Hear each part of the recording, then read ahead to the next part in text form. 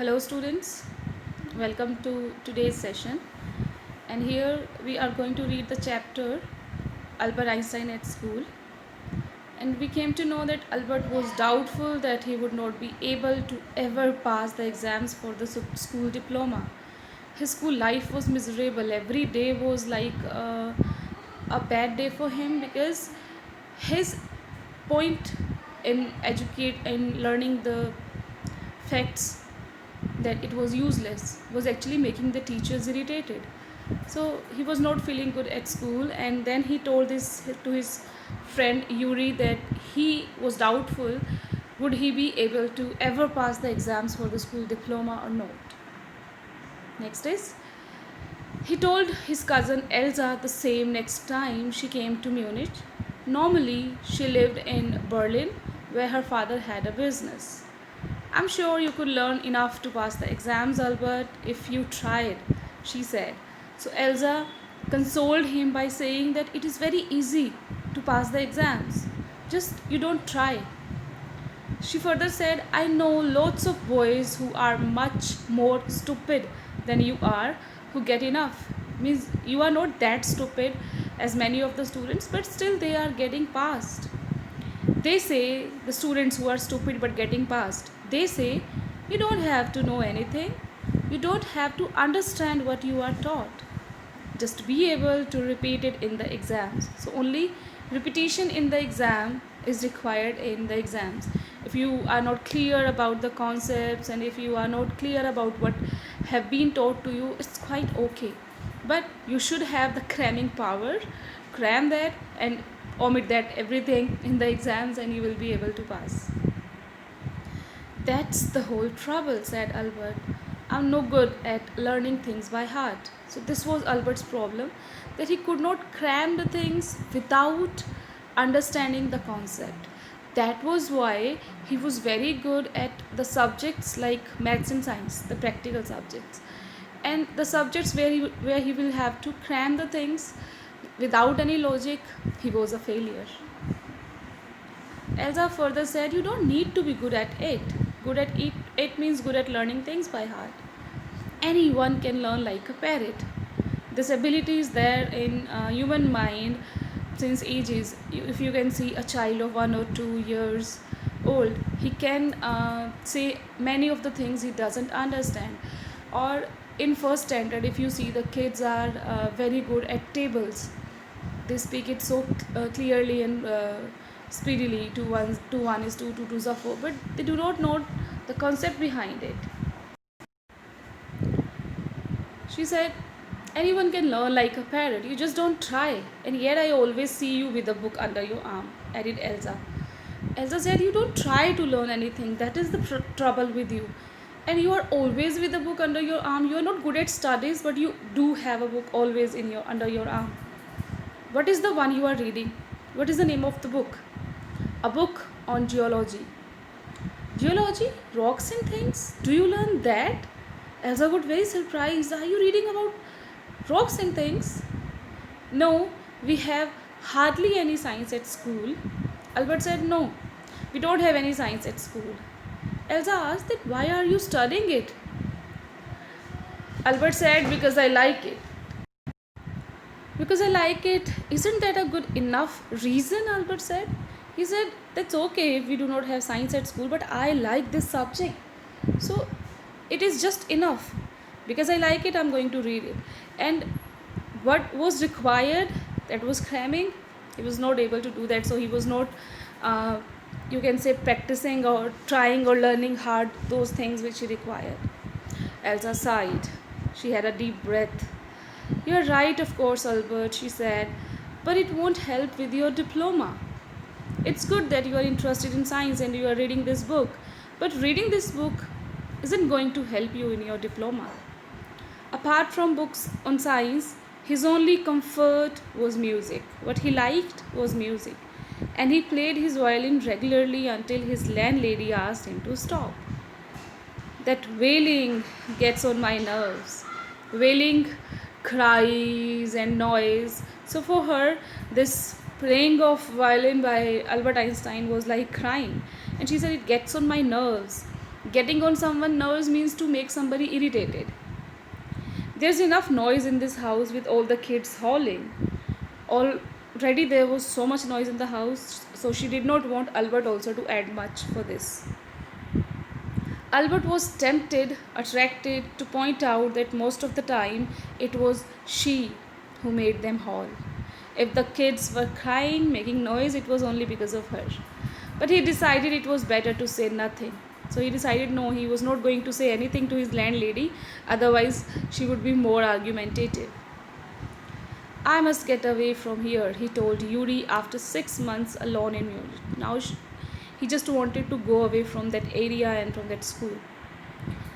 It is absurd that I should go on like this. Absurd, illogical, waste, vain. So it was just useless that I should go on like this. I'm not going good at studies. I'm not doing good at my house. I'm not happy with the landlady. I'm not happy with the atmosphere. So I do not want to spend my life like this. In the end, it will turn out I have been wasting my father's money and everyone's time. It will be better for all if I stop now. So finally, Albert decided that he wanted to stop everything.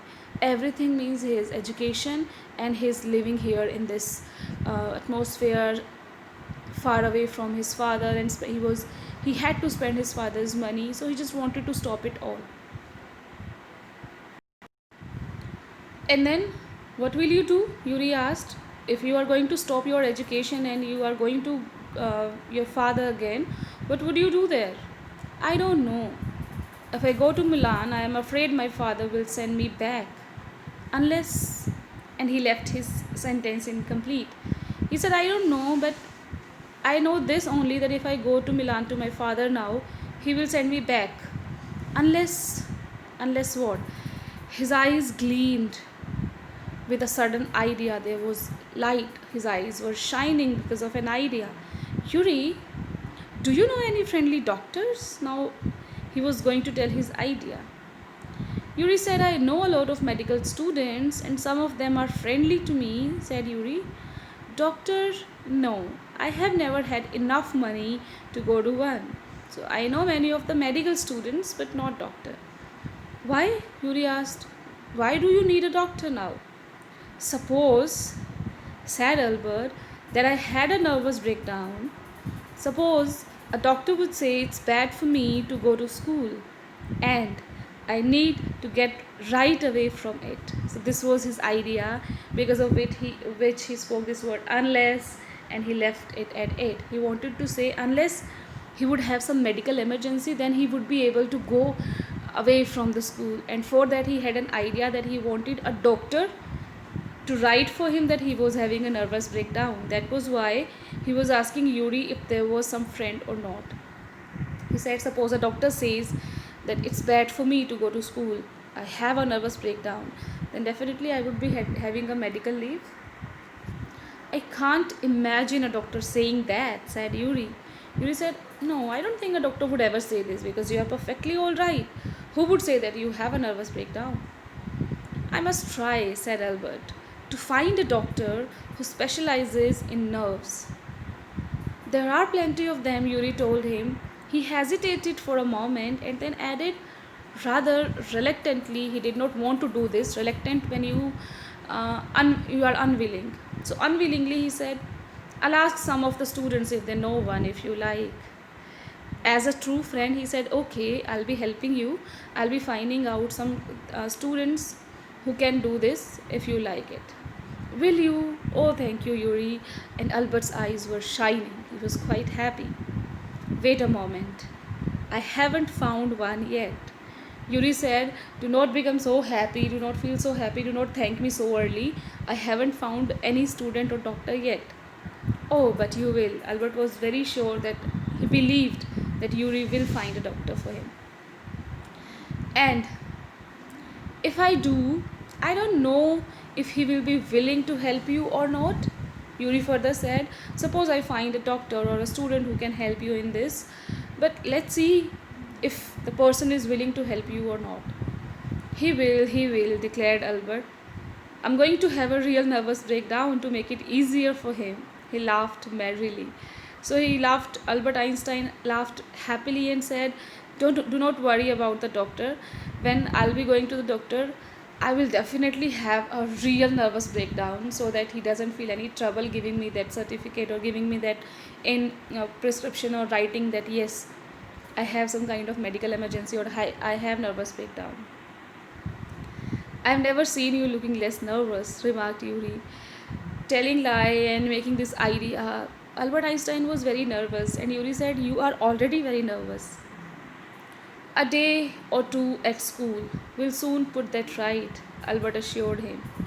Albert said, "Okay, I'm excited, but when I will be going to school, a day or two, everything will be all right again. Again, I will be in that mood." Certainly, he had lost his high spirits. Losing high spirits means getting impatient when Yuri saw him next. So, in the next meeting, Albert was very impatient. "I can't stand it any longer," he said. "I really shall have a nervous breakdown that will satisfy any doctor." He said, "Yuri, please do it at the earliest, otherwise, I'll be having a real nervous breakdown." "Keep it up," then said Yuri. "I have found a doctor for you." So Yuri gave him this news that keep it up, keep your nervous breakdown up because I have found a doctor for you. "You have?" Albert's face lit up, shone up. "Oh, good. When can I see him?" Yuri said, "I have an appointment for you for tomorrow evening.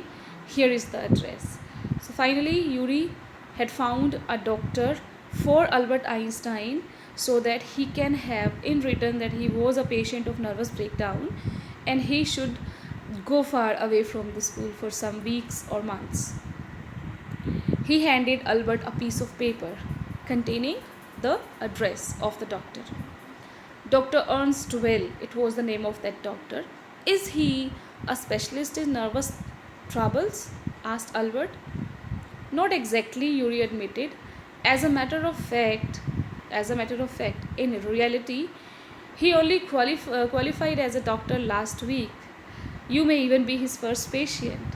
So that was why Yuri found it easy to find a doctor because he had just passed as a student last week. He had got that degree. So yes, maybe this person is going to be helpful to Albert Einstein. "You knew him as a student then?" asked Albert. "Did you know this doctor as a student?" Yuri said, "I have known Ernst for years." Yuri hesitated for a few moments and said, "He's not a fool," he warned Albert. He gave Albert the warning, "He's not a fool," means if Albert would try to hide uh, or try to cheat him by saying that, "Oh, I'm feeling like having nervous breakdown," he is a great doctor and he would uh, be able to find out the reality. So he is a smart one. "What do you mean?" Albert asked. "Don't try to pull the wool over his eyes." To pull the wool over one's eyes means to cheat or to deceive him. You can see at the end of the page. To cheat or deceive him. So Yuri warned Albert, "Do not cheat this doctor, that's all. Be frank with him, tell him the reality. But don't pretend you have got what you haven't. Do not pretend that you are having a nervous breakdown while you are not having a nervous breakdown." So Yuri suggested Albert to tell the reality to a student who was a doctor now, and do not try to cheat him. "You are the world's worst liar," further said Yuri. "You are the world's worst liar." Worst liar means a person who cannot tell a lie. If he tells a lie, it is quite clear from his face. It is very easy to find out that he is telling a lie. So that person is said to be the world's worst liar. Albert spent the next day wondering what to tell the doctor. Okay, it was the first time for Albert to have this kind of experience, to tell a lie or to have a fake certificate. So he was quite nervous. When the time arrived for his appointment with Dr. Ernst Well, he had worried over it so much that he really was quite nervous. So now in the next video, we are going to see how he met Dr. Ernst Well. Was he able to have his certificate? And was the certificate actually any help to him or not?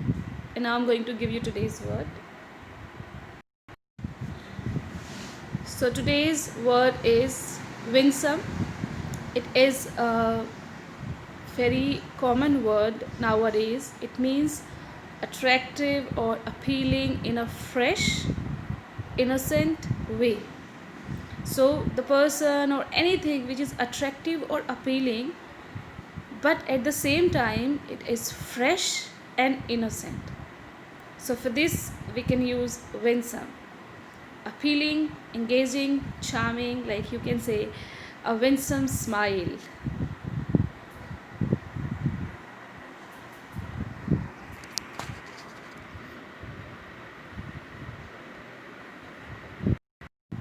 So this is it for the day. Note down the word in the dictionary and have a good day.